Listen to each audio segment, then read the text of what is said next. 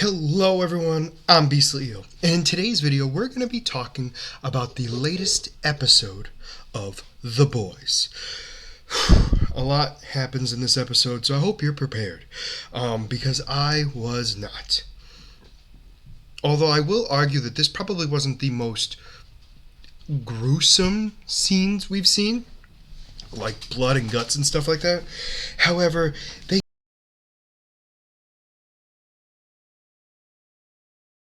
definitely pushed the limits on what I thought I could handle watching. I still watched the whole thing, obviously, because it's The Boys. However, they definitely made me realize, maybe, excuse me, maybe things aren't quite like I thought they would be. So anyway, take away all that stuff, right? So there's going to be major spoilers ahead, so if you haven't seen it, well, hope you're ready, because there's two major storylines going on. One that, although doesn't take a lot of time, is Butcher and what he's doing with Samir, and then we have the Tech Night party. So two very different things.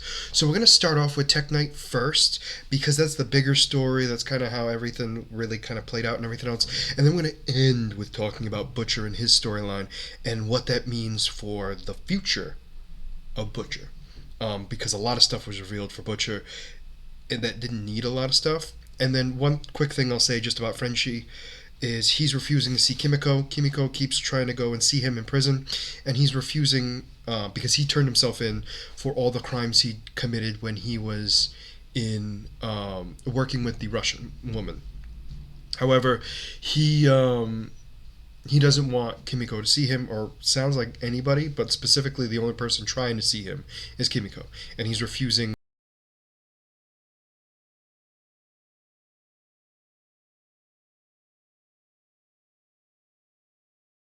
visitation. That's just a quick thing. So we have the start of this episode with everyone kind of trying to deal with their own stuff. Where, oh my gosh, Annie, I almost forgot her name for a second. Annie telling Mother's Milk that maybe it isn't a good idea for Huey to get right back into this right away, just because things are just starting to he's still dealing with stuff. No, I want to run right into my work. Like, I need to do this. So their first thing that they have to do is literally give a syringe of heroin to, I believe, like, he's basically this universe's version of Spider-Man. So they go in. Mother's Milk goes in to talk to him and gives him the syringe and everything, and he's like, "Oh no, oh, thank you, I need this," but he's like, "I'm really kind of effed up right now. Can you give it to me?" And MM's like, "No." He's like, "Man, I'm like so messed up, and I need you to just really like stick it in there." And so he does it, reluctantly, by the way, but he sticks the syringe in there, gives the guy the heroin, and then the guy passes out and everything else. So Huey then comes in. Mother's Milk gets sprayed in the face with spider webs, and Mother's Milk is not happy with what's going on because he's obviously a germ. So Huey gives him a bunch of like Puro wipes and everything else, and that's like how the opening credits start and everything else. So it turns out that apparently that guy was getting an invite to Night's party, which is supposedly the elites of the elites, where they're going to be discussing their future plans of what might happen for Soups in general. So Huey dresses up as the spider hero. I think it's either Tarantula, Spider Boy, Tarantula Boy. I forget what now, because now I'm like very much forgetting it, and it irritates me because all that keeps coming in my head is Spider-Man, and I know that's not accurate because they can't use the same name. So he dresses up like it. He breaks into the party. Nobody really knows the guy all that well because he's a heroin addict and he's not that famous of a superhero. So because of that, with him in the suit, it really doesn't matter. Tech Knight is super excited to have him join as one of his sidekicks, and brings him down to the Tech Knight tech cave where he brings him down, and it turns out to be quite literally a sex dungeon, where apparently he's a masochist and loves to torture his sidekick. So apparently his old sidekick is chained up to the wall because apparently his old sidekick didn't tell him the truth of anything. And because of that, he needs somebody who's more truthful and can handle pain properly. So some weird stuff happens. He wants Huey to fart on a cake. Some weird stuff, right? And then Ashley comes down and it becomes a weird, gross threesome. And everything else, and he goes back upstairs. Now, during all this, Annie, Kimiko, and MM have lost contact with Huey, and they're freaking out. So they then break into the place to try to figure out where Huey is. Huey then gets noticed by Tech Knight because he doesn't know the safe word, nor is he acting like the way he would expect somebody who likes to be tortured to behave. So he then takes off his mask, reveals it's Huey, and decides to make a new hole on Huey to then have sex with.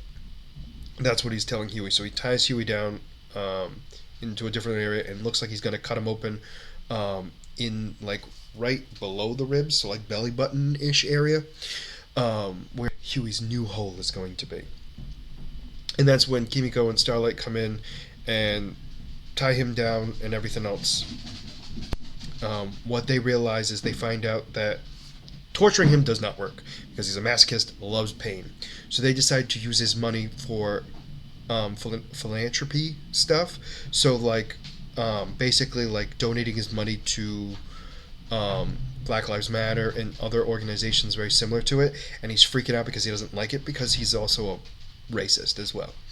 And because of that, he decides to tell them everything, which apparently is Homelander and Sister Sage wanting to use all his prisons to harbor all of the people who are going to be against them. That's when things get a little awkward, where Huey and the rest of them leave because the butler kills Tech Knight, because he realizes like he's dealt with a lot of stuff from this guy, but internment camps were well beyond what he could handle. So he chokes him out and kills him, and so the three of them leave.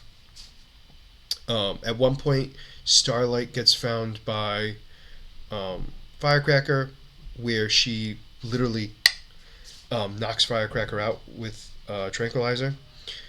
We then have MM have a heart attack, or what he thinks is a heart attack.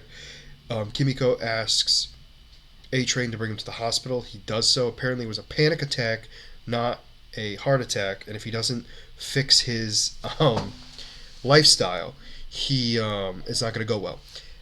One part I missed too was right before he was having his anxiety attack, he shoots Sister Sage in the head, which I find very interesting just because he had to shoot her and everything else. But she was also making comments about his family and his daughter specifically, and that's when he started to have the heart palpitations / panic attack where he shoots Sister Sage. So that was pretty much, like I said, the main story of the boys piece of it.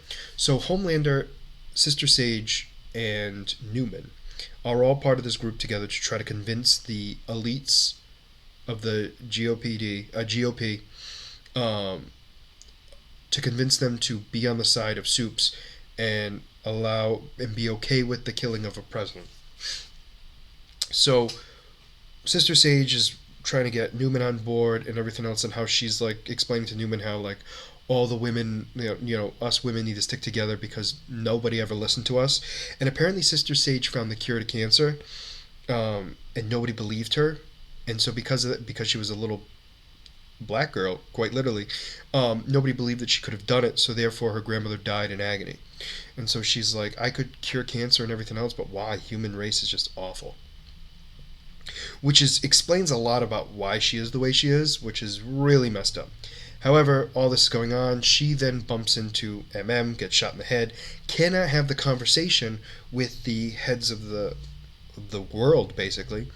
And Homelander tries to wing it, and he's not as smart as he thought he was. So he's trying to explain like what needs to be done and everything else, and they're like, we're not your conspicuous. We're not your people that need to be let in. He's like, we need like legitimate plans on how to deal with the justice system. How are we going to deal with X, Y, and Z? and he's flailing, and Sister Sage can't do anything because he realizes she was shot in the head, unable to do anything because she's brain dead right now. So that's when Newman steps up, explains everything that's going to happen and how it's going to be the best thing for America and their pockets, and join forces with the group. And that is how the episode ends for them. However, we also have the boys listening to the internment camps and everything and realizing that there's a major problem that needs to be stopped immediately because it sounds like Homelander and Sister Sage are ready to literally take over the world. So then Butcher. This one's a short one, however, it is very impactful. So during this, we see him and Samir interacting along with his former. I don't want to say boss because I don't think that's what they were. They definitely work together. So anyway, the two of them are.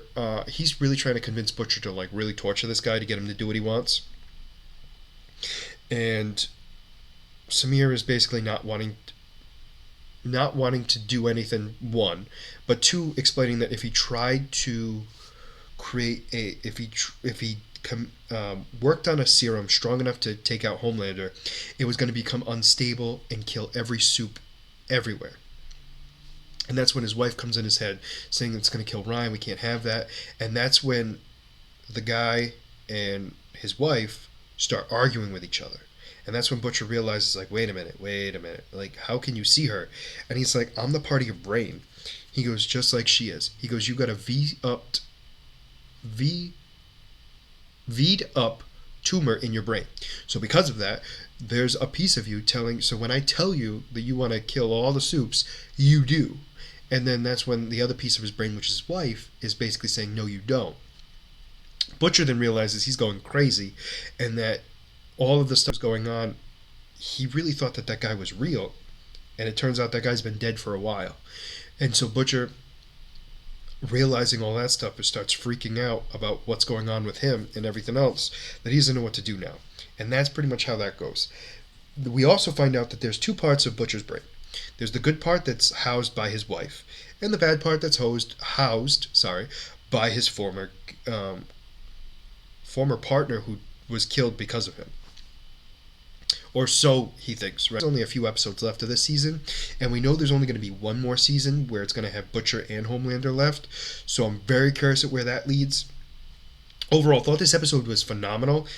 Even though it might not have been the action-packed or grotesque that we expect from the boys, this was an incredible episode to show like what's going on with Butcher, but also what's going on with the world at the same time. Like, it's an incredible thing. Really love this show. Have always loved it. Cannot wait to see what's going to happen for the rest of this season. So let me know what you guys thought about this episode in the comments down below. Did you like it? Did you not? And why? And as always, if you've made it this